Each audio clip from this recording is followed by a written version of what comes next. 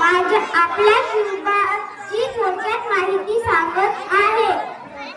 मला ओळखलात का?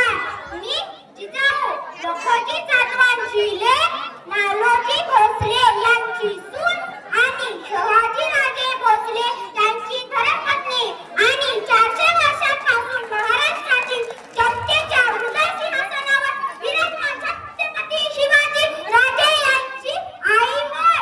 अभिमान वाटतो मला शिवबाचा.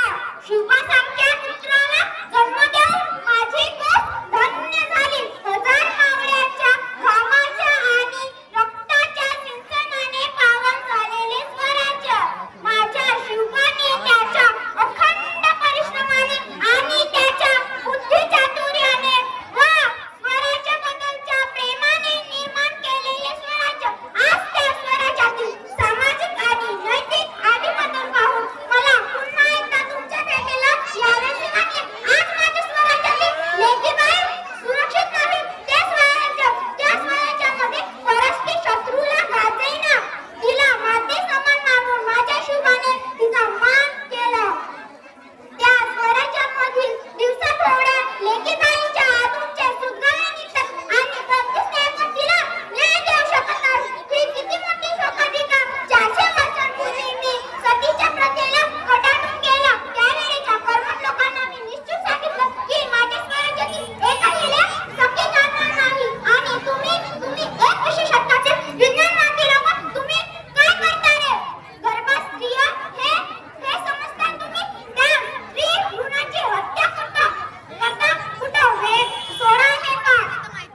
आज माझ्या स्वराज्यातील जिजाऊ फॅशन, फेसबुक, मोबाईल आणि टीव्ही सिरियल्स मध्ये दंग आहेत. आणि आजच्या काळातील मुले दिसतात बापाच्या प्रॉपर्टीवर ऐश करताना. मुले दिसतात कट्ट्यावर बसून येणाऱ्या जाणाऱ्या पोरेबाळाच्या चेहऱ्या काढताना. मुले दिसतात अनेक व्यसनांना बळी पडताना. आणि मुले आपल्या स्वतःच्या आई-वडिलांना वृद्धाश्रमात नेऊन ठेवण्या इतका फाशीत क्रोधित झाला आहे. म्हणून मातांनो, मला असं वाटतं की आज तुमच्यातील नेतृत्व जिजाऊंना जागी करण्याची वेळ झाली आहे. असे म्हणत अनेक जण आले गेले त्याने जग काय उसपटले. अनेक जण आले गेले त्याने जग काय उसपटले. पण मातांनो, आपल्या तरुणांची अशी दयनीय अवस्था पाहून मला असं वाटतं की माझ्या शिवबाशिवाय हा अख्खा महाराष्ट्र आज उसपटलाय. अख्खा महाराष्ट्र आज उसपटलाय. परंतु मातांनो, एवढ्या सहजासहजी नाही घडणार माझा शिवबा. पोटात काढणारा डान्सुलाला मी एका धगधगणाऱ्या निकाऱ्याप्रमाणे वाढवले. आणि तुम्ही आणि माझ्या स्वराज्यातील आणि माझ्या प्रेरणांची आणि माझ्या संस्कारांची अखंडतेवर मारत राहिले. आणि एक दिवस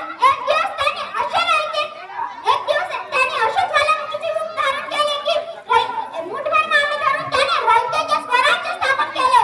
महाराष्ट्राची कुलस्वामिनी तुळजाभवानी, त्या तुळजाभवानीला मी वरदान मागितले होते. हे अंबिके, हे चंडिके, हे शारदे वरदान दे. मज अस्त्र दे, मज शस्त्र दे, मज ज्ञान दे, मज प्राण दे. गुणवंती कीर्ती हास दे, चिरकाळ ज्ञान सामर्थ्य दे.